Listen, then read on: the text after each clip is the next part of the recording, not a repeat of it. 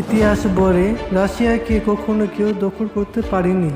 যুগে যুগে দেশটিকে যতবার কেউ আক্রমণ চালিয়েছে ততবার রাশিয়াকে পরাজিত করতে গিয়ে নিজেরাই ধ্বংস হয়ে গিয়েছে।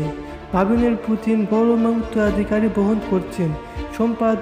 সম্প্রতি ফ্রান্সের প্রেসিডেন্টের দেওয়া হুঁশিয়ারিতে জবাবে রাশিয়াকে পরাজয়ের কথায় আসা নেপানিয়ন ও নাৎসি বাহিনীর পরাজয় লজ্জার ঐতিহাসিক কথা মনে করে দিয়েছে মস্কো। আর এর পরেই আবারও আলোচনায় উঠে এসেছে রাশিয়া প্রতিরোধ চুক্তির কথা। 1812 সালে নেপোলিয়ন তার বিখ্যাত গ্যান্স আর্মি 6 লাখ সেনা নিয়ে রাশিয়া আক্রমণ করে, যাতে ফরাসি, ইতালিয়ান বা জার্মানি পুলিশ সহ আরও বহু দেশের সেনা অংশ ছিল।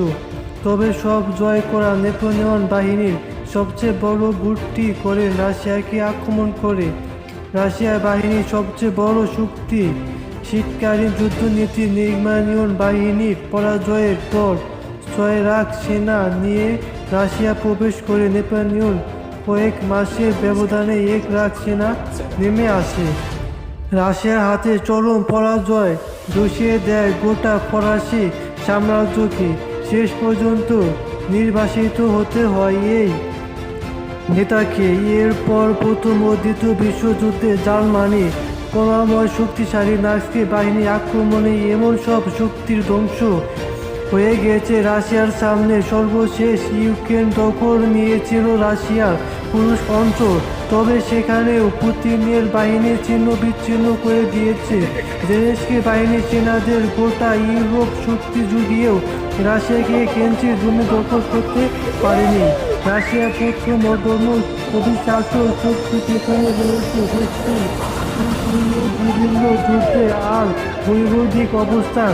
1,70,00,000 বর্গ কিলোমিটার অবস্থিত এই আয়তন নিয়ে গড়ে ওঠা রাশিয়ার রাজনৈতিক অবস্থান দেশটির জন্য এক বিশাল সুবিধা নিয়ে এসেছে। পৃথিবীর সবচেয়ে শীতলতম স্থান অ্যান্টার্কটিক ও আরেকদিকে প্রশান্ত মহাসাগর অবস্থান।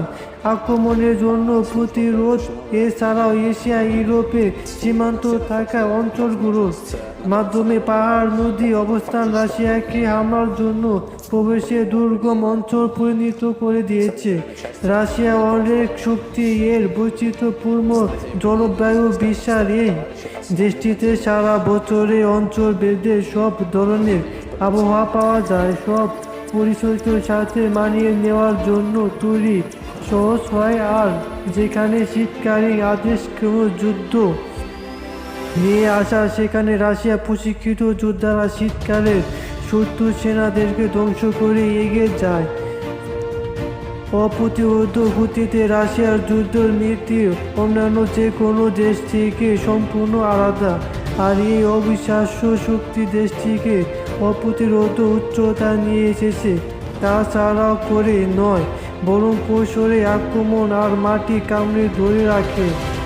অসীম ধৈর্য নিয়ে যুদ্ধ জয় করে রুশ বাহিনী এছাড়াও বিরোধী সেনাদের ছিন্ন বিচ্ছিন্ন করে ছোট ছোট আকার গুরুত্ব ক্ষয়ক্ষতি করতেও সক্ষম।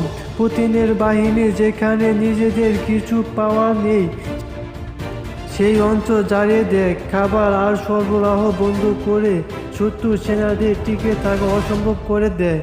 তারা তাদের যুদ্ধনীতি আর প্রকৃতির প্রতিকার শক্তি পুঁজি করে নয়, বরং রাশিয়ার সমান্তরালে এগিয়ে নিয়েছে।